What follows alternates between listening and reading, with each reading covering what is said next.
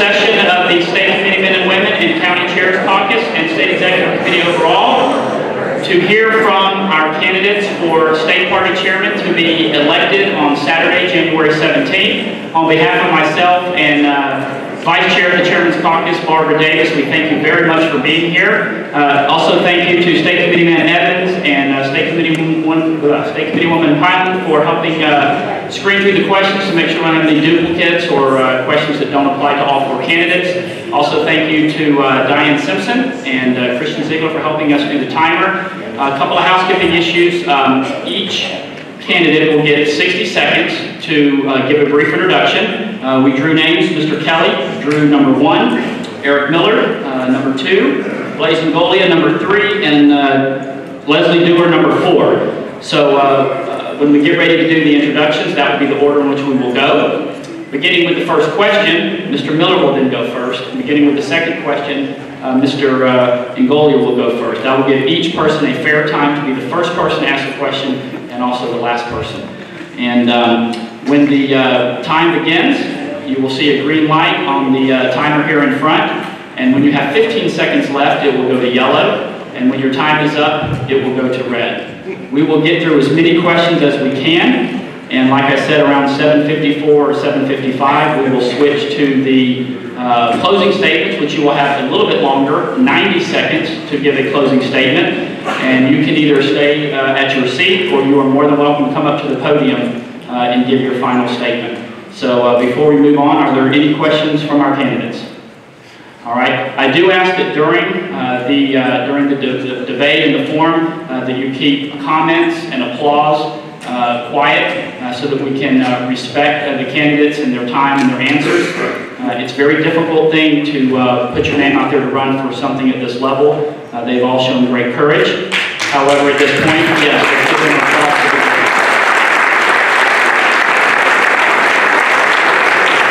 All right, at this point we'll begin with our introductions, and according to the drawing, Mr. Kelly, you are first. You have 1 minute. Thank you, Mr. Chair. I am Herb Kelly. I'm the State Committee Man from Marion County and the Chairman of the 11th Congressional District. I gave much consideration about running for this office.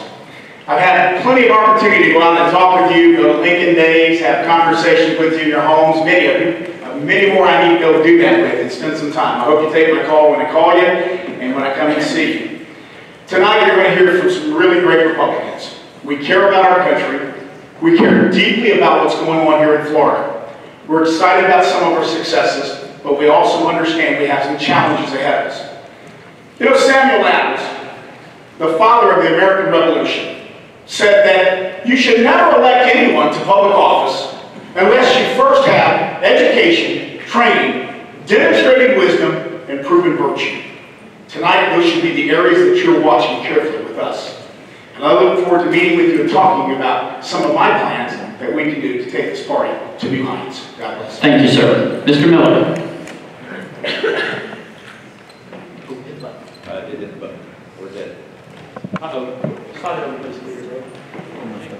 Can someone step over quick and grab the audio guy? Thank you. See, this is how John Kennedy won, because Nixon was sweating in his microphone. All right, go ahead and start this time now. Thank you. Ladies and gentlemen, my name is Eric Miller. I am a state committeeman from Martin County. This is my second term as state committeeman. I've been involved with the party directly at local level since Bush broke the campaign back in '98 or so. Lifelong Republican. I am 50 years old. I retired a couple, 2-3 years back from efforts of the fruits of our labors that my wife and I put together, building a couple of technology companies, which we have sold. We were one of the first pioneers in cloud computing. We have since purchased a farm, and we're getting back to good old basic American values and American living without the rat race. I am available. I do not have a job that I have to worry about. I did serve in the United States Army Airborne Infantry, thank you, and I have a degree in computer science from the New England Institute of Technology. Those are the basics on me, and I'm running on a foundational platform of responsible reform. And remember, it's your party and our vote. Thank you, sir. I think the problem might be that you need to shut yours off, Kurt. All right, now see if yours works. Oh, yeah. One at a time. You know, Eric just had his on. There we go. All right, Mr. Ngoli, you have 1 minute, sir.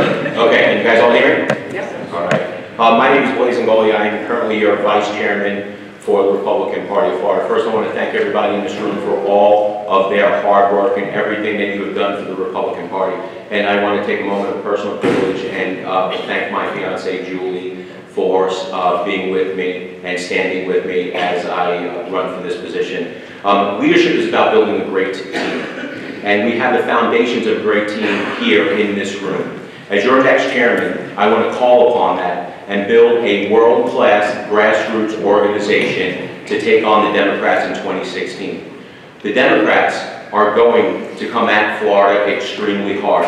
We need to work harder, we need to work smarter than ever before. And the reason why I'm running for this position is because I, along with you, know that we cannot allow the Democrats to take this state and hand it to the Democrat nominee, because then we will have 8 more years of Democrat rule, and I shudder to think what this nation would be like after that. Thank you. Thank you, sir. And turn it over. And Ms. Stewart. Good evening. I'm Leslie Dewar, your chairman of RPOF, and I'm honored to serve you through the last 6 or 7 months, getting on a freight train that was going 90 miles an hour. We led it to victory, and we led it to victory because of you, each one of you that worked your tails off for victory. We came home, we brought home a governor, we brought home a lieutenant governor, we brought home cabinet members, we brought home Senate and House members. And it's all because of the grassroots. You are what's important, and you're what the foundation of this party. Now, looking for future, we have Presidency 6 coming up. We have things in our future that we have to start working on now. We know we had the largest get out and vote. We had the largest data mining that we did as we went through this election cycle. We have to continue with that as we go forward. And I'm committed to do that as we go forward with certain fundamental things that we're going to improve upon as we do. Thank you. Thank you, ma'am. Turn your mic off, please. All right. I was a little flexible in introduction statements, but for the questions, when that light hits red, I'm going to step in. So just a heads up on that. All right. Now the first question, and we will begin with Mr. Miller. But all 4 candidates will answer this question, and I am happy to repeat it before each candidate answers if you would like me to. Mr. Miller, briefly describe the experiences that provide you with the institutional knowledge of the RPOF that will enable you to be a great chairman of the party. Institutional knowledge of the RPOF. Well, as chairman, the chairman is the leader. The chairman is the CEO. The chairman is the person that's going to guard the brand. The chairman is the person that's going to keep the polish on the brand. I have successfully started and run 2 businesses, sold them and retired, and am living self-sufficiently at 50 years old. I know how to lead people. I have been involved in Republican politics again since Bush broke in '98. I've been active in politics in a leadership position for quite a while. I'm an effective communicator. I'm a good leader. I think you all know that when I say something, I mean it. You may not always like what I say, but you at least know where I stand and what I'm doing. And I will be able to put forward a message to the people of Florida that reminds them why Republicanism is the best form of governance, why we need it. Thank you. Thank you, sir. Can you repeat the question, sir? Yes, sir. Okay. Briefly describe the experiences that provide you with the institutional knowledge of the RPOF that will enable you to be a great chairman of the party. Time begins. So I am currently the vice chair of the Republican Party of Florida. I have been an officer before as the assistant secretary, and talking to a lot of the grassroots. I know what works and what doesn't work. I know the things that we need to improve on, and I know the things that we do well. Being a small businessman, I know how to balance the costs of all that to get the maximum benefit for the least amount of cost. Organization is going to be key. I would think that I'm pretty good with my organizational skills. I have run campaigns before, and most importantly, I know how to get my message across, and I know how to win. And that's what we need in 2016. Thank you, sir. Please turn your mic on. Ms. Stewart, do you need me to read the question? No, I don't. Okay. You have 1 minute. Thank you. As a party chairman, I'm a grassroots chairman of Clay County and have been since 2009. Gone through 2 presidential elections, I think 2 or 3 governor's elections, and many local elections. There is nothing more important right now than the chairmen that are in this room. You know what it's like to be on the ground. You know what it's like to count paper clips. You know what it's like to get your volunteers to come in and make phone calls, to get candidates to walk, to go out there and do debates, just like we're doing here. That's where I've come from, the grassroots. And it's that experience, as I went through and did this, that kind of led me to become the chairman of the Chairman's Caucus and change that into something where it became functional. We brought things to the chairman to bring tools to them. Because it's ultimately, each one of you as a grassroots person, as you become better in your counties, we have 67 different personalities. You guys are the ones that run the counties that ultimately run the party. It is a bottom-up party, Thank you, not a ma'am. top-down. Thank you. And final person on this question, Mr. Kelly, do you need to repeat it? No, All right, go ahead, sir, you have 1 minute. The CEO of this organization is the leader. This leader must be able to work with a variety of folks at a variety of levels. It starts with an educational basis, though. I have a master's degree in business, or in education, adult education. That's what we do. We educate. Secondly, I have a bachelor's degree from Florida State University in political science. But I'm 55 years old and I started my first campaign at 5. And I haven't missed a cycle since then.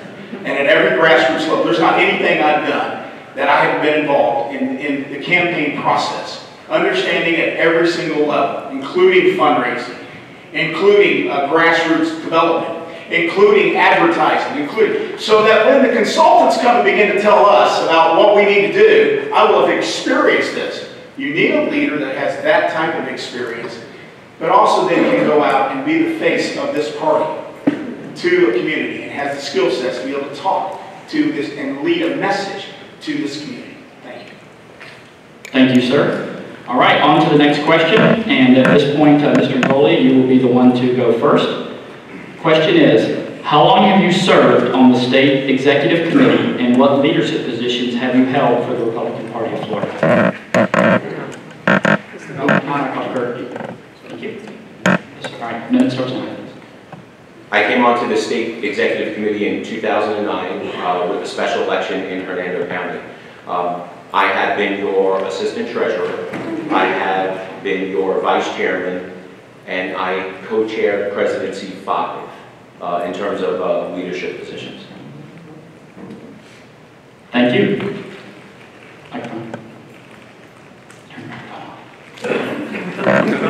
Ms. Stewart, do you need the question reread? No. Okay, 1 minute. I also came on to the committee in 2009 as a chairman of Clay County. I then became a CD Caucus vice chair. I believe it was CD6 at the time since we changed our numbers. Also served as the vice chair of the Chairman's Caucus, ultimately to the chairman of the Chairman's Caucus. Also served on Presidency 5 and then became your chairman. Thank you. Mr. Kelly. Direct experience has been the last 2 years I came on as the state committee man for Marion County and also the CD11 chair. But you know, as a member of the Florida House of Representatives, I also came and attended all the meetings, was very active here. While I wasn't a delegate, I certainly came, was a part of the meetings and so forth. You guys have been involved in this process. Back in 1982, I started in Palm Beach County and working with the REC there and then in Broward. And then in Marion County, ever since, I think, Ray, we were talking since 1987. So I've been in and out of the politics of this.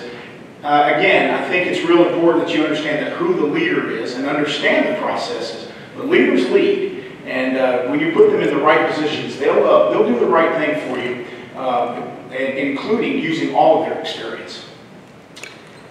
Thank you, sir. And last, Mr. Miller.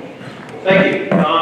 I've served in a few capacities. One, I served as chair of the technology committee, and the outflow of that you're seeing is the direct link between WebElect and RPOF's data, which State Committeeman Tom Mopsis, who was actually here for superintendent's meeting today, and I worked on with a number of others in this committee. I served on the Legislative Affairs Committee to make sure that we could coordinate a position for the RPOF on Common Core and have it done in such a way that we had open dialogue with the elected leaders. That was done recently. I also served on the technology committee, and I haven't really chaired any committees outside of technology because the only chair I think that really liked me was Dave Bittner. I seem to, I don't know, I seem to rub chairman the wrong way. I'm not quite sure why. Also, in terms of political history, I served at the state level for Duncan Hunter as his communications director, as well as Herman Cain. I took a state level position with him. Thank you. Thank you, sir. All right, and for the next question, this is the time for Ms. Dewar to go first. Ms. Dewar, how do you propose to grow the party? One of the best things about growing the party is that we have the resources to the local parties. Right now, we have 27 rural counties. I propose to make it 37 rural counties. Right now, we're giving $7,000 for them. We're going to go up to $10,000.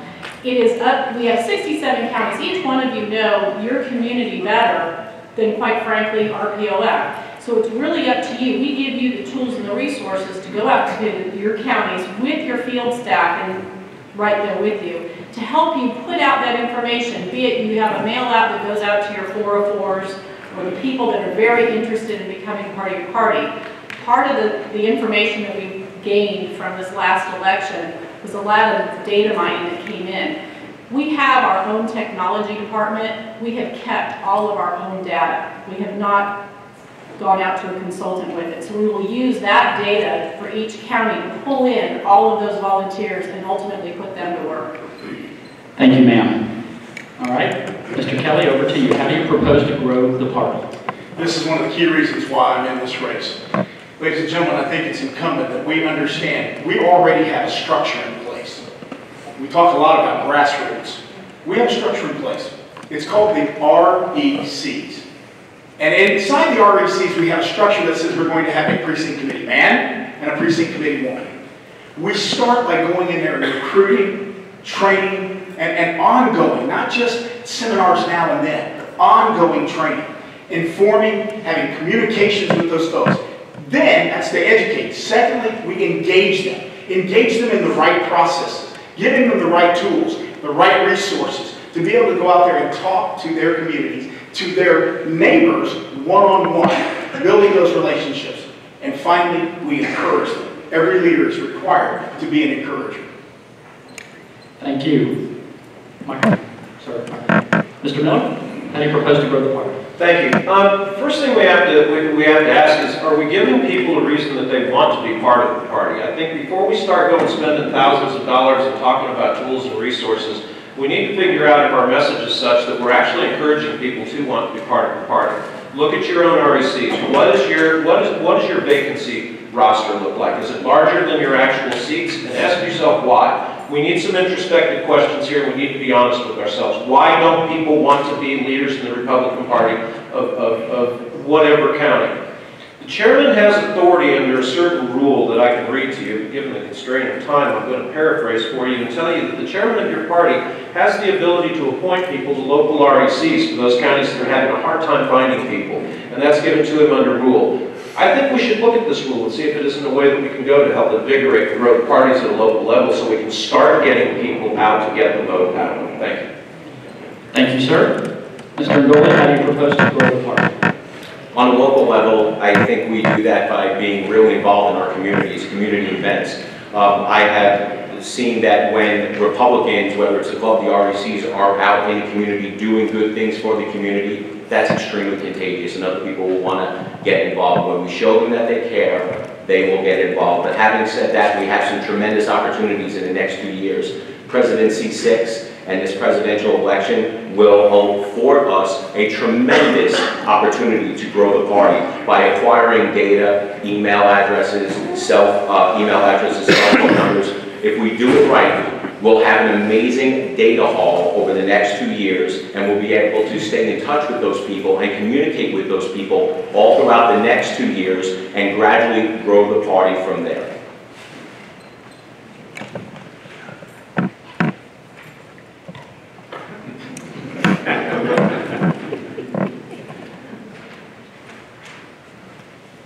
All right. Now we'll begin with Mr. Miller. Am I correct? Did I confuse myself? No, it's been no, just make sure. Huh? Oh, all right, I apologize. Would you agree that the party should be the focus rather than an individual candidate or elected official? Yes. No, I'll give you a longer answer. Absolutely. Ladies and gentlemen, it is the party. Now, we know that we're going to have top-of-the-ticket campaigns. We know that's important. We understand that we need to be looking at individual campaigns at times. But at no time should we put all of our resources, time, energy, and effort to just focus on one campaign. You know, one of the problems we have every 2 years is we tend to have these things called victory centers. They come in, we all get there, we spend our folks in there, we call that grassroots, we get all excited about it, and the day after the election, poof, it's gone. And we're left without really defining and developing our grassroots. So the answer is, we need to be looking not just at the next campaign cycle, but the next 20 and 30 years. And that will go through education, engagement, and encouragement. Thank you, sir. Mr. Miller.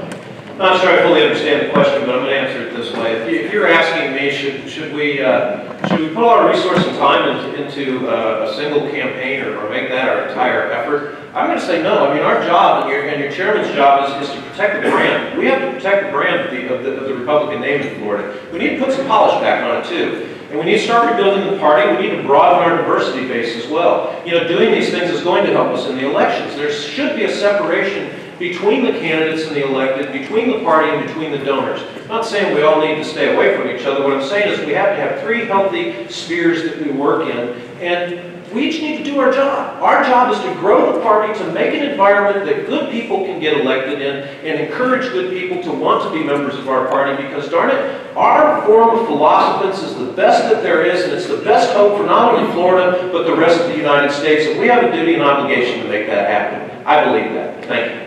Thank you, Mr. Miller. Can you read the question? I sure can. Would you agree that the party should be the focus rather than any individual candidate or elected official? Yeah, I do agree with that. The Republican Party is bigger, in my opinion, and I think many in this room will agree, that the Republican Party is bigger than any one person. It's bigger than any candidate. It's bigger than any elected official. The Republican Party has been here long before us and will be here long after we are gone. And while we are here, it is our job to be great stewards of that message and that brand and make sure that we pass on that branding and that infrastructure on to the next future set of leaders. So yes, I totally agree with that statement. Thank you, sir. Microphone. And Ms. Stewart. I think focusing on the party was just done in this last election. We just came out winning one of the biggest governor's elections, House, Senate, Cabinet, and we do that by electing good Republicans. But we protect our brand by getting those Republicans elected. Our message out there was about being a Republican, our principles and what we run on. And that encompasses the whole thing. We protect our brand as Republicans on the off cycle. As we come through, we select candidates. We go after candidates that represent our brand best, because we know when we put them in office, they're going to legislate on our behalf. That's what we have to do. So it's a combination of both. We protect that brand out there as a Republican, and we make sure that anywhere we are out there in the liberal media, that we are focused on providing a strong party and one that will win in 2016. Thank you. All right, Mr. Miller, this question will go to you first. Thank you. You're welcome. In 2012, the Obama campaign was far ahead in data mining and micro-targeting. As chair of our party, what's your plan for data mining and micro-targeting? We're doing a great job with it. I mean, why change what's working? What we need to change is the number of people that we're micro-targeting and data mining too. What's more, 50% of 100 or 50% of 90? Our numbers are dwindling. We keep requiring a higher percentage of micro-targeting and busting ourselves amongst a smaller number of people. Why don't we work on some diversity in the party? And I'm not talking about micro-targeting and talking to people because they have a certain color of skin. I'm talking about diversity and outreach by talking to people because they have things in common with the rest of us. Second Amendment, education, the right to a good life for their children and families. Why can't we talk to people like that and make them feel welcome in the Republican Party of Florida because of ideas and principles that are Republican? How would I do it? I keep doing it. I mean, we're doing a great job with it. Thank you, sir. Mr. Ngoli, you will go second. Actually, I disagree that we are doing a great job in terms of data mining. The current data system we have has me. I'm data mined as an Obamacare swing voter, so I don't know how they got that, but I'm dead serious. But there are things that we can do, and there are unique tools that allow us to go out and capture some of this data. There are online surveys and online petitions that when somebody signs a petition, it will amend and append our voter database, so then we can parse that data and micro-target to those people. There are plenty of tools out there that I believe that we are not using effectively in order to capture the data for the micro-targeting. In terms of get out the vote, we can micro-target get out the vote campaigns. In Hernando County, we sent out individualized, personalized maps for voters, so they knew exactly with the map where to go on early voting and where to go on election day. I disagree that we are doing all that we can on data mining and micro-targeting. We can do better. Thank you, sir. Ms. Stewart. RPOF has one of the most successful technological departments in the nation. There is no other state that has a technology department like RPOF. All of our stuff is in-house. All of the data that was mined is ours to use. We don't have to pay a consultant or nobody else has it. The reason why we do it is because it's cost effective and we can pinpoint what we're doing. We did 127 years of video, over 500 million impressions. Anytime a voter received an absentee ballot and you were online with Facebook, they were sending impressions to you with advertisements. They were tracking you. It may sound a little scary. We did things that were never done before. Right now, our team, our assistants or teams and field staff are in Louisiana testing out some of the latest stuff out of the RNC to bring back to Florida. So when we go to 2016, we'll have the latest stuff. All right, and Mr. Kelly. Well, I want to say, I love all these terms, micro-targeting, and we'll do all of this data segregation and all of this stuff. A lot of that is done at on an RNC level. We'll have consultants that come in, and we'll sit and have some folks that work in brainiacs that sit around and figure all this out. That's not what we do. At our level, and what we're supposed to be doing is building the infrastructure of going out. They had micro-targeting back in Abraham Lincoln's day. He said, go person by person, ward by ward, precinct by precinct, convincing them the rightness of our beliefs. That's what we need to be doing. That's what we've got an army full of people to do that. Let's encourage that. Let's engage that. This other stuff will come. Technologies come. Listen, I understand that, but I think that we can use that. But let's don't bet our hopes on that. Let's do what we're good at. Thank you, sir. And this time we will begin with Mr. Ngolia. You will go first. How long have you been a Republican and why? I'm learning this thing. I've been a Republican ever since I could vote. And I've been a Republican because I believe in the fundamental principles of the Republican Party. Fiscal responsibility, focus on the family, focus on the small businesses, freedom, faith. That's what our nation was founded upon, and that is the closest thing to the Republican Party. The reason why I'm a Republican, and the reason why I stay a Republican, is I truly believe with all my heart that we are the last best hope for the future of this nation, our children, and our grandchildren. Thank you, sir. Ms. Stewart? And I shut it off. You did. How long have you been a Republican and why? It's kind of like that question I got from the newspaper, how old are you? I don't really want to tell you how long. When I registered to vote, I was registered as a Republican, and yes, a California Republican at that. Could not wait to get to the state of Florida where there were Republicans to live under. But, you know, I was a Republican, the first thing I remember is Ronald Reagan getting shot. And that was devastating to me. And you choose your party because you believe in the ideals of what it means, and then you watch it over these last few years as I get older, and yes, I'm 51, I'm going to tell you that. You watch it over these last few years, and you're scared to death of what's happening to our country. Ladies and gentlemen, 2016, we must put a Republican president in the White House. If we don't, we are facing losing our country. I'm committed to you that this state will go red in 2016. Thank you, ma'am. Mr. Kelly, how long have you been a Republican and why? Well, thank you. I am born and raised in Marion County, Florida. When I went to register to vote at 18, on my 18th birthday, I went down there, I filled out my form, and the supervisor of election looked and just checked, Democrat. And I asked her, I said, don't I get a choice? She goes, no, not if you want to vote in the primary. Folks, we used to, in the South, and especially in even North Florida, folks in North Florida can understand this, we thought that a lot of the Republicans were too liberal. But Ronald Reagan came along, and he began to espouse those values. And as soon as I got out of college, I immediately became a Republican and have been active in Republican politics ever since then. You see, it's about the values and the philosophy. I think that's a great lesson we ought to learn here. There's many folks out here who really do want to become to our Republican Party. We got a message to them. Come home to the Republican Party. We want you to come join us. Thank you, sir. And Mr. Miller, how long have you been a Republican and why? I've been a Republican ever since I knew what a Republican was. I registered when I could as a Republican, and I've been a Republican ever since. And the simple fact of the matter is that we have the best solutions to anything that there is. You know, and I kind of like to add to that. There's another bit of conversation going on concerning a fear that we may have, I don't know, a rift that's occurred within our party. And I want to assure everybody that there is no rift.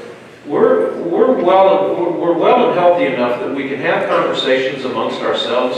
And when we walk out of here, as we were talking about Sam Adams, we can go have one and sit down and talk to one another amicably. It's good that we have these discussions and we know where we're at. And that, you know, that's why I want to be a Republican, because we're good people at heart. We just want what's best for us and our families. It's simple. Thank you. Thank you, sir. All right, moving on to the next question, and Ms. Dewar, you will go first on this one. What distinguishes you from the other candidates?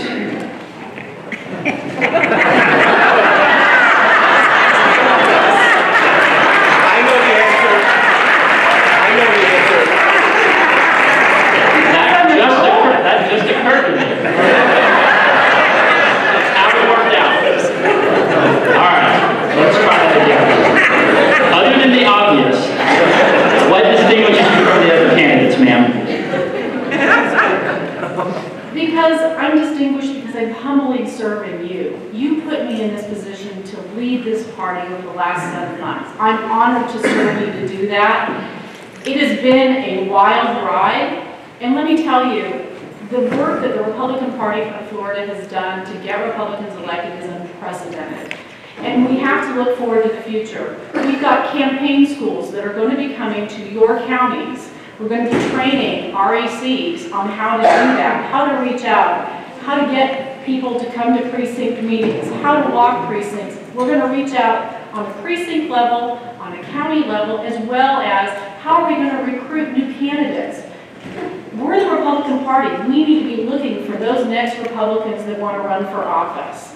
So I bring you, we're going to be running forward with lots of new things. We have P6 coming up as well. Thank you, ma'am. Microphone, please. And Mr. Kelly. I've interviewed hundreds of people and hired hundreds of people. I don't ever want to have them tell me what they're going to do. I have really no way of measuring that in some respects, unless I look at what they've done. I'm the CEO and president of the Florida Coalition for Children. We are a not-for-profit organization that was established really by the Republicans to outsource and privatize the services for abused, abandoned, neglected children all over the state of Florida. We've got one of the most successful models. When I took over this model 2 years ago, it was in real trouble. Some of our members were leaving. It was collapsing as an organization. And I took and put simple principles in place. Education, communications, engagement in the right processes, and constantly out there working and encouraging. Now there's a lot more to it than that. But that's what I've done, and that experience is unique. I run organizations. This is an organization. That's my greatest skill set. Thank you, sir. And Mr. Miller, what distinguishes you from the other candidates? Should be pretty easy. One, I don't have a primary coming up in 2016 that I have to worry about while I'm trying to get other Republicans elected. Two, I have run a company and a business. I've run a couple of them. I am now retired. I've proven that I'm successful. I do know how to lead. I have training from the United States Army. I have self-discipline. I know how to take care of things, and I will get the job done. And the other thing that distinguishes me is I'm not the governor's handpicked candidate. Thank you. All right. And Mr. Magolia, the final person for this, you're the final person for this question. What distinguishes you from the other candidates? I guess in short, it would be dedication to this organization. You know, for years I have been fighting with you side by side in the trenches for years. I have been to and spoken at your Lincoln Day dinners, your RECs, your Republican clubs. I have helped set up a lot of the Facebook pages for the people in the organizations, your RECs here. I've helped train you guys and help you guys along with social media. I have been dedicated to helping the grassroots since day one. I've traveled the state, and like Chairman Pate, you know, we traveled the state just doing everything we could with for a long time without even an expense account. And we did it because I love this party. I did it because I think that this party can be the best political organization in the world. I did it because I want us to succeed. So what sets me apart? Dedication. I don't have to promise what I'm going to do. I think you all know that when I say I'm going to do it, I'm going to get it done. All right, moving on to the next question. This one we will begin with Mr. Kelly. Mr. Kelly, many folks say that we are activists as REC members, and the way that we view elections and public policy is different than how the regular conservative voter does. Do you accept this premise, and what do we do? Well, I think... All right, so I didn't. All right, go ahead and start him right now, 60 seconds. Pull the curtain, Kelly. All right. Well, we're certainly more informed. We're certainly more engaged because of our information and knowledge and so forth. But I don't think that fundamentally changes us from the hopes and the desires and the fact that we can reach out to these folks and begin to draw them in. Again, part of this is all my conversation. You're noticing my theme is we've got an obligation to be out there having these conversations person to person. Let's quit trying to technique this thing into victory. Let's do the old hard work of going out and having these conversations. You remember the coffees and the teas, and you'd bring people into your homes? This is how Reagan did it. And I think that's important. So to answer this question directly, I believe that while we're informed, we've got a whole bunch of folks out there, if we were having this communication, they would garner and get just as excited as we are about the values that we believe in and the greatness of America. Thank you, sir. Mr. Miller, did you read the question? No, I think I understand. Thank you. Activists, you know, really, what's your definition of activists? Let me tell you, though, about some activists. Americans for Prosperity, Liberty Caucus, Heritage Foundation, some of the other organizations that are out there nationally, they contributed to this last election at the grassroots level. They were the activists that really saved us. And let me tell you, when I saw one of our RPOF pieces coming out congratulating us on making 4 million phone calls, we didn't make 4 million phone calls, we made 4 million robocalls. We stroked a check for 4 million robocalls. The real activists out there are activists, and they want to be part of what we're doing. I think we've been told to sit down and shut up and quit being activists, and we need to get some of that activist mentality back in the party, quite honestly. Thank you. Thank you, sir. I can. All right. Many folks say that we are activists as REC members, and the way that we view elections and public policy is different than how the regular conservative voter does. Do you accept this premise, and what do we do? I think what I accept is that if you really love and you're passionate about things and you want to do things and make things better for people, does that really make you an activist? Or does that make you involved in the process? I think a lot more people should be more involved with what's going on. So, and if we did, quite frankly, have a lot more people involved in the process, a lot more people getting involved in politics, I don't think we would have gotten to this point in this nation where we have $18 trillion worth of debt. So I think we need more people to stand up, take a stand, and do it because they care about the future of this country. So if you want to call me an activist because I'm going to get involved and try to make a difference, well, call me an activist every day of the week and twice on Sunday. All right, thank you. Ms. Stewart, do you need me to reread it? Oh, Mike. Okay. Many folks say that we are activists as REC members, and the way that we view elections and public policy is different than how the regular conservative voter does. Do you accept this premise, and what do we do? Interesting question to say. It seems to be that we're splitting into two separate issues here, but call me an activist. I happen to agree with Blaze. We're all activists in here. We want to see a better country because we have a good message. I would hate to see that, or say that, you know, because you're a conservative, you're not an activist. I don't get that premise or the question at all. I think what we are is we're all Republicans in this room. We probably agree about 80% of the time that the liberal agenda is not the way to run this country. And if we have another Republican president, we can save our country in the future. But if we have a Democrat win 2016, we're going to pretty much kiss it goodbye. Now, on another note, yes, we did make 4 million phone calls, not by a robocall. All right, thank you, ma'am. Hold applause, please. All right, moving on to the next question. Mr. Miller, we'll begin with you with this question. We as Republicans have a platform. If a public policy comes up that is antithetical to our platform, we should vocally and formally oppose it. Do you agree or disagree? And I know I messed up. Would you like me to reread it? Please. Okay, I apologize. All right, don't start the time yet. We as Republicans have a platform. If a public policy comes up that is antithetical to our platform, we should vocally and formally oppose it. Do you agree or disagree? Well, first of all, our platform is the RNC platform. Second, the only county of 67 that I'm aware of, my knowledge, in the RPOF that actually has a ratified platform is Martin County. We've done it 2 years in a row. We've actually written it into rule. So when it comes into conflict with the platform, that would be the national party. You know, I'm not going to advocate one way or the other for a platform for the RPOF, but whose platform are we advocating against? I mean, there's so many diversities in Florida. How about elder care, drilling off the coast, the Everglades? These are things that aren't addressed in a national platform, and some of the things at a national level are so much different than what we experience here in any other state. So, you know, how about Common Core? Let's talk about the elephant in the room. We talk about Common Core, and I think we've done that as professionals, and we've come to consensus. So, you know, I'd say, yeah, if the need arises, we're all adults. We know what we're doing. We're leaders. Sure, we should be able to do that. Thank you.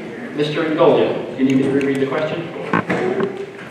Yes, please. Oh, okay. And Mike? No. Eric. We as Republicans have a platform. If a public policy comes up that is antithetical to our platform, we should vocally and formally oppose it. Do you agree or disagree? Well, I think I tend to agree with Eric Miller on that. It's what platform are we matching it up to? Because the RNC is the only one that has a platform. But, you know, there are a lot of issues that come up where, you know, legislators passing legislation, whether it be at the federal level or the state level, that we may not necessarily agree with 100% of the time. But what we have to remember is that we are all on the same team. And I think what we need to do in the future is the grassroots need to be heard in terms of having a pathway so we can have open communication with our legislators, whether it be at the federal or state level, so we can discuss these ideas before they become law. You know, we get into this habit of waiting until something is passed and then come out against it. Let's be a little bit more proactive. Let's get everybody at the table, everyone in the same boat, rowing in the same direction for the same cause. Unite. Thank you, sir. That's the answer. And Ms. Stewart. Mike. Ms. Stewart, we as Republicans have a platform. If a public policy comes up that is antithetical to our platform, we should vocally and formally oppose it. Agree or disagree? I again would have to agree. What platform are we talking? Are we talking the RNC platform? If we're going to vocally disagree, think about what the opposition's going to do to you. What are the Democrats going to do when we start opposing some of this stuff? Should we sit here and educate ourselves on the issues and talk about some differences that we might have inside this room? Absolutely, we should. But when we walk out of here, after we've had that open discussion and educated ourselves on the issue, be it Common Core, whatever we're talking about, we need to be united when we walk out that door. One, united party as a Republican brand so that we can go win elections for Republicans. Otherwise, the liberal media will tear us apart. Thank you, ma'am. And we'll end with you, Mr. Kelly. All good points. I agree with all of what is said. I would think the words you said should. I think maybe in some cases we could. I think that dissension sometimes is a good thing. I think that when we have differences and we hear from the grassroots, that we should have a vehicle in which we can share that. I also agree that it's probably important for us to really understand our platform. I watched Sherry Ortega, she was giving us, we were giving before the election, and she was out there presenting. She would read some of the principles of our platform. It was interesting to watch people learn that. I think that's a part of our ongoing training. But I do think the platform is important for us. It does set us apart. It does establish standards for us.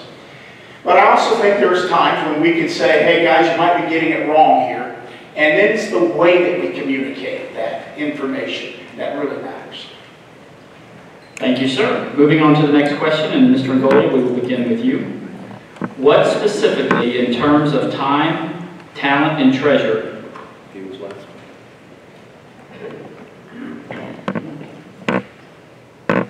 you started with that question. Thank you. Yep. I'll be okay in the morning. Okay. I think I will too. All right.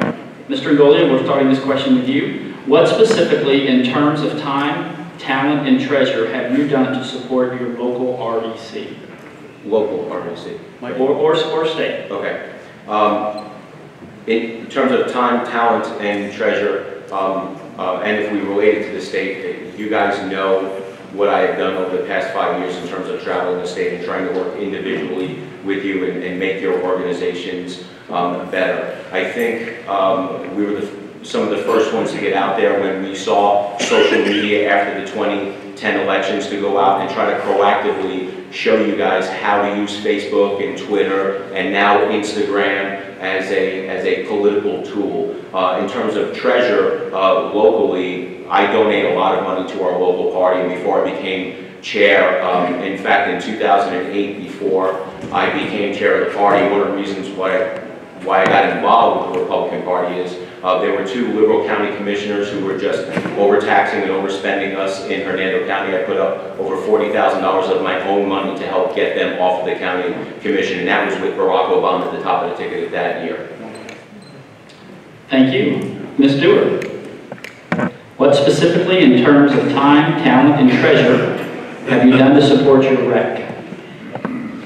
In my local REC, being a county chairman and running a number of campaigns through it, be it presidential or gubernatorial, as you know, you spend 7 o'clock in the morning till probably midnight there, 7 days a week, making sure that your volunteers have what they need to make their phone calls, to walk the neighborhoods, do whatever they have to do. Literally, it became a job of service. And I think most of you in this room will agree, once you get this bug of being in politics, it kind of gets you. And every 2 years, you kind of plan your life around it. So you get in there and you work and you make phone calls. And then you go and you get whatever you have to do to make sure that those numbers come out for whoever that candidate is. Because you know above anything that once we get a Republican into office, that it will be the best Republican that we have to offer in that office, and that will be managing our local, state positions in which they're in. So it's a bug, it's something that I have, and time, talent. Thank you, ma'am. All right, Mr. Kelly. I'm not sure exactly how to answer this question. I've been doing this since Republican politics, since 1982, not missing a cycle. You're involved. You go out there, you walk your precincts, you make your phone calls. Obviously, I've done a lot of campaigns, so a lot of people come and ask me how to run campaigns, and you'll work with them. Invariably, you get involved. You're not only giving your time, but you're spending time away from your family to be involved in these things. Giving a lot of different money from campaigns to also events. Many of you have called me to come and speak to your RECs. Drop it in the hat and go do that, and they support you. I think this is a labor of love. I don't keep score on this. I don't know how to keep score on it. I do this because I love the cause that we're involved in. And I think that's, maybe that's the definition of an activist. They really have that love. We'll just continue doing this.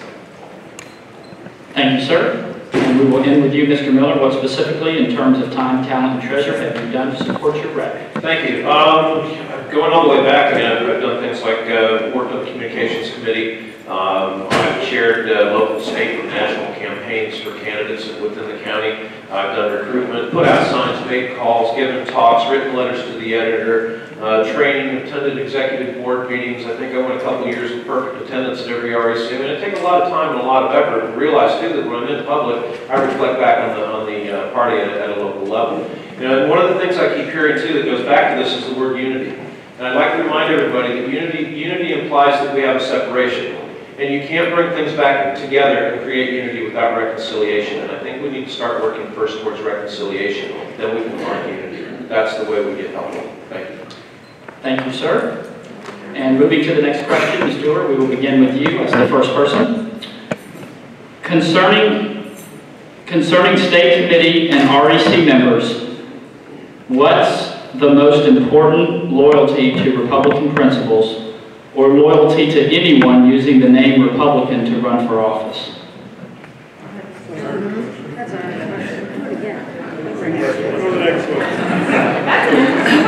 If all four of you agree, I think I might just move to the next one. I'm not sure. Huh? Yeah. Any objection? Okay, I'm going to move on to the next one. All right, Ms. Dewar. It made a little bit more sense when I read it quietly. I apologize. All right. Will you utilize the vice chair, or how will you utilize the vice chair, as some feel that the current vice chairman is not utilized as much as he or she could be? Well, during this last election cycle, it became very apparent when we go to quarterly meetings that the vice chairman would be wonderful at actually setting up the quarterly meetings. So utilizing that vice chairman while the chairman is running the party is essential. And I think when you put a vice chairman, a good strong vice chairman, as we have this one too, going out there and also meeting, it's one thing to have an executive board, but it's another thing. We have to work as a cohesive unit. We have Sharon Day, we also have Peter Feynman. We need to all be out there, as well as the vice chair, communicating with you and being out there speaking and engaging people into the party. So the vice chairman role could really be expanded into something that helps with the quarterly meetings. Putting one of these meetings on, putting this weekend on actually, is extensive. It takes a lot of time and a lot of man hours. And having a vice chairman participate in that would be wonderful. Thank you, ma'am. Mr. Kelly. Well, this is really important because, quite frankly, this is about organizational strength. You have an executive board that is underutilized, and therefore they can become demotivated. Quite frankly, we ought to be utilizing their talents and their skills, finding the roles that they're interested in, but you also get them deeply involved. I can't wait because Peter Feynman and I will be joined at the hip. Sharon and Day and I will be out there going and talking all over the place. We'll be all out there engaging this. This isn't about one person. This becomes about a team. The entire executive board, and therefore the entire RPOF leadership here in this room.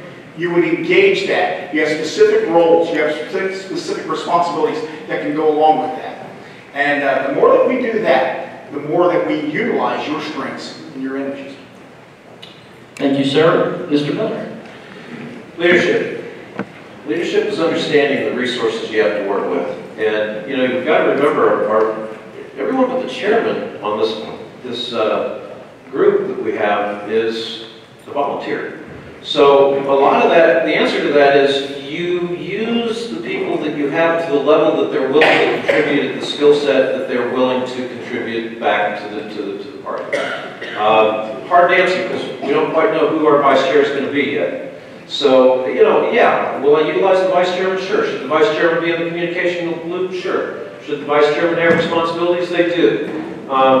You know, it goes back to a management style. So, yeah, sure. I mean, if the vice chairman is willing to contribute, I'm willing to, anybody everybody needs help. We all know it. And it'd be nice to have somebody who's willing to do that. Sure. Thank you. Thank you, sir. Mr. Ngola. First, I don't know if this is a loaded question or a softball question, but I will tell you that this, utilizing all of the board, all of the officers, and all of you, creates a tremendous opportunity for all of us. We know that the vice chairman has no official duties under our Constitution and rules. And I think not getting the vice chairman and or other officers involved in the process is just more of the effect of having top-down, too much top-down control in terms of RPOF. I believe that we have members, officers of this committee, and the members sitting out there in the audience. There are great people out there, amazing people with amazing talents. We need to be utilizing all of them and encouraging all of that talent so we can all flourish and be the party that we deserve and we can be. Thank you, sir. All right, moving on to the next question, and we will begin. I shut it off. Mr. Kelly, you get this question first. How will you strengthen the relationship between lawmakers and the State Executive Committee? Is that a setup question? I loved my time when I served in the Florida House. I love those members. I love, now many of them are over in the Senate. I know that the roles that they play, and I know how much pressure they're under in a lot of respects. It's a great honor to be there. But I also love my role now as a state committee man and being able to work at our local level. Folks, I think that communications relationship there is critical.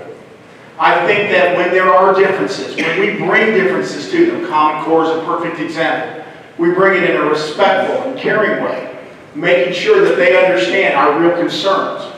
But I'll tell you what, there are some great conservative Republicans in the Florida House and Florida Senate. And I think we need to always build that relationship and have those open communications. Thank you, sir. Mr. Miller. Strengthening relationships. Without honesty, you don't have truth. Without truth, you don't have trust. Without trust, you don't have a relationship. So I think we need to talk about some of the obvious things. We need to have a bit of a power separation between our elected and between the party. And I'll tell you what, the more the grassroots grows, the easier it is for the elected to get done what they want to get done. They have a stronger party. We need to have that conversation. And we need to talk about no more dollars being spent in contested Republican primaries. No more RPOF name on material going out because the dollars were donated. There has to be a separation. We have to return health to this family. And we all have to understand our roles. We don't legislate. We're responsible for the brand. And it has to be a healthy adult conversation to take place. And I tell you, we can do great things together. You think we're doing good things now, you wait. We're going to do even better. Thank you, sir. Mr. Ngolia.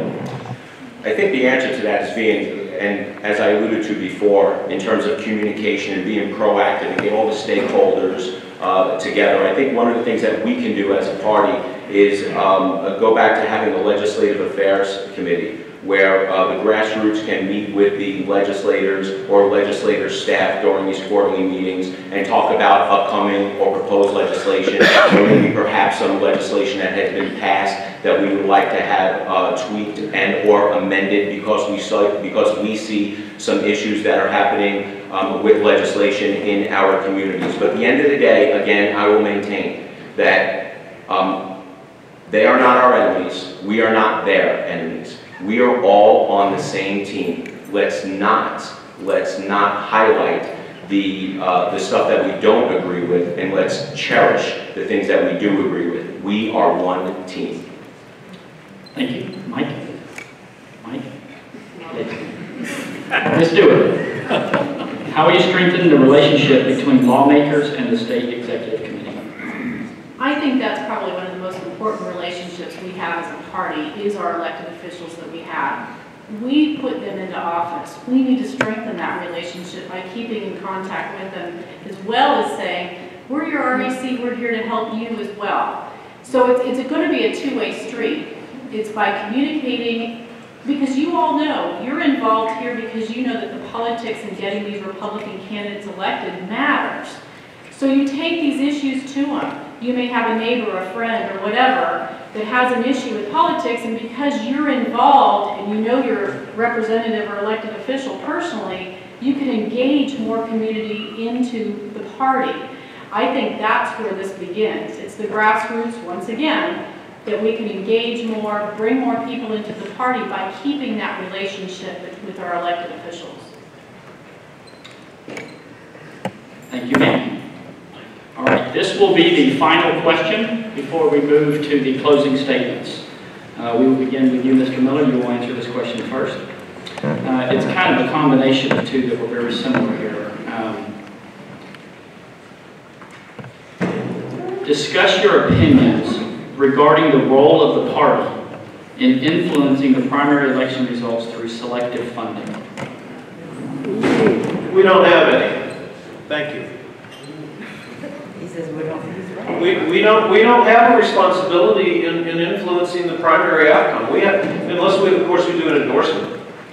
You know, if we endorse, it takes a supermajority to do that. It has a high threshold for a reason. The party has a voice. We're the brand. We're the one that people look to.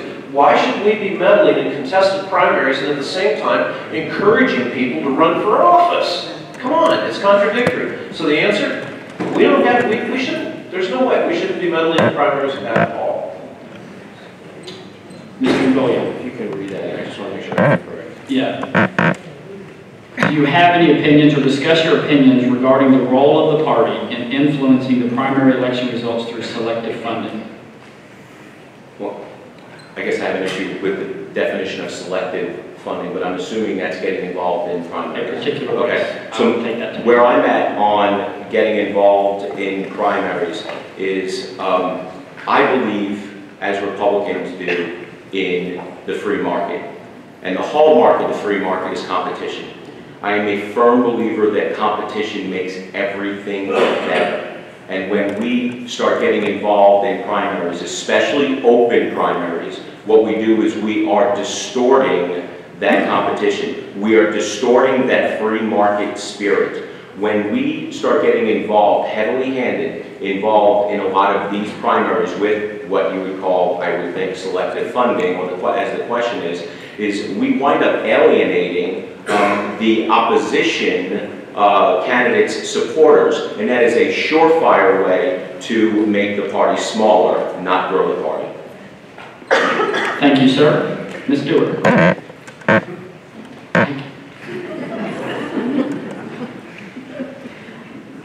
We shouldn't get involved in the primaries. We have one of the most, we're going to have in 2016 a race. You all know one of the possible presidential candidates is going to come from the state of Florida. In no way should this party set a precedent of endorsing on a primary. How are we going to get candidates to run for office if we sit and endorse on a primary? We should have a level playing field, and we all do this in our local counties. We don't endorse in a primary. We want to make sure that we get all of the candidates out there running so we can select the best candidates. Let's let the voters decide. That's the way our system is put up, and that's the way we need to continue it. Thank you, ma'am. And Mr. Kelly? This is the problem of going last with a question like that. Of course we shouldn't be involved in the primaries. This idea of top-down or putting the thumb on the scale just to be able to get a top position or someone in the party to be able to get their person elected really goes against everything we do. And Blaze, I think you're exactly right. This would destroy the very base that we're working on. Now, there may be some examples where somebody has come into the party and there's some false pretenses there. But even then, I don't think the party gets involved. You'll have probably the conservative groups and so forth at that point in time get involved. But I think that there's really no place at any time for us to have a thumb on the scale, top down, coming from the party. Thank you, sir. And at this point, we will move to the portion where we will have our closing statements by our four candidates. They will have 90 seconds to provide a closing statement. Same thing with the timer. When it gets down to yellow, you will have 15 seconds left. And Mr. Ngolia, you will go first in the closing statements. Well, first, I do want to thank everybody for coming here and the opportunity to share our views. As you can see, we're up here. We all like each other. I mean, the candidates running for chair, we're all friends. And this is just plain good-hearted competition about the future of our party. But the question that I think needs to be answered by the people listening to this debate and the people who will be casting their votes on January 17 is this, is that which one of these candidates is going to put the Republican Party of Florida in the best position to win 2016, the state of Florida, for our Republican nominee? That's the question that needs to be answered. Who has shown the commitment, the drive, the energy, the passion to get it done? Who has the vision and the resolve to hand this state and its 29 electoral votes to our Republican nominee? That is the question that you have to answer. But in closing, I'm going to use a Lou Holtz quote. Lou Holtz said that if you want to be happy for an hour, eat a steak. If you want to be happy for a day, play a round of golf. If you want to be happy for a month, win the lottery. But if you want to be happy, truly happy for the rest of your life, work to make others successful. I will work hard to make this party, your RECs, and all of your candidates successful. I humbly ask for your vote and your support as chairman of the Republican Party of Florida. Thank you, sir. Ms. Dewar, you have 90 seconds to close. Mike, thank you. I'd like to thank you all. I'm humbled to be your chairman and have you vote me in about 7 months ago to run this party and jump on a moving train, going fast. We did an incredible job. We ran the most watched governor's race, raised more money than ever before. We had our own digital department. We collected all the data. We did data mining. We did things that we have never done before. We have the foundation for a Republican Party that will last us another 10 years, and it will be a strong Republican Party. I ask for your support to lead this party for another 2 years because we have that foundation. We're going to improve upon it as we go, and we're going to win in 2016 and put a Republican president in the White House. I assure you that will happen. Thank you. Thank you, Ms. Dewar. Mr. Kelly, you have 90 seconds for a closing statement. Thank you. It has been an honor to be with you. And I have enjoyed this process. No matter what happens, I've enjoyed the process, just getting to know you and becoming friends. I hope that's right, that we have that opportunity to spend time with you. And Blaze, you're right. We are all good friends up here. You have good choices. I started off by saying, not Samuel Adams, education, training, demonstrated wisdom, proven virtue. Before I ran for this, I went to my board of directors because they had the authority to talk to me, and I wanted their authority. And I sat down and I said, guys, I'm going to run for the chairman of the Republican Party of Florida. They were excited, they voted, and one of the guys said, Kurt, if you do for them what you've done for us, the Republican Party is going in a great direction. I'm a visionary. I'm a unifier. I've got pretty good communication skill sets, can stand before a camera. I'm a passionate leader. I have business skill sets and acumen. But mostly, I want you to underline this, mostly, I have a servant's heart. And I will be a chairman that will serve you and serve your RECs and everyone that works for me and everyone that comes into that office will have a servant's heart. And we'll hold them accountable to that. We have a great opportunity to do some great things here in the future and for the next 20 years. God bless you. Thank you, sir. And Mr. Miller. And for everyone's information, I had offered to the candidates if they wanted to give their closing statement from the podium, they were able to do that. Thank you. My legs are actually cramping. I needed to stand. Ladies and gentlemen, what we're talking about here is responsible reform. We're not talking about tearing the party apart. We're talking about building the party back up. You know, we're talking about protecting the brand and putting some polish back on it. When Debbie Wasserman Schultz comes into town, who do you want standing up for the brand and the polish? Who's going to stand up to Debbie Wasserman when she comes in here? You know, we need to talk about broadening our diversity base a little bit more and quit talking about people as groups of people and talk about people as needs, wants, ideas, and reasons that we can all come together as a larger group, as Republicans. We need to get the dollars that we're spending out of the contested primaries. I don't think that's going to be a problem. I've already set appointments with the legislative leaders. I'm looking forward to meeting with them. And in terms of the fundraising, I've already set some meetings with some of our top donors to let them know that what we're talking about as a group of people is not tearing the party apart and going renegade on them. What we're talking about doing is strengthening it so it's better for all of us. Those meetings have been set, and over the next few weeks, I hope to be having those meetings. Appointed votes. You want to get rid of them? Elect me. We have more than they do.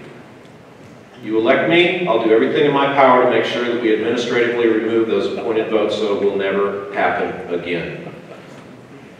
It's our party. It's your choice. I ask for your vote. Thank you. And please join me in giving a round of applause to all of our team.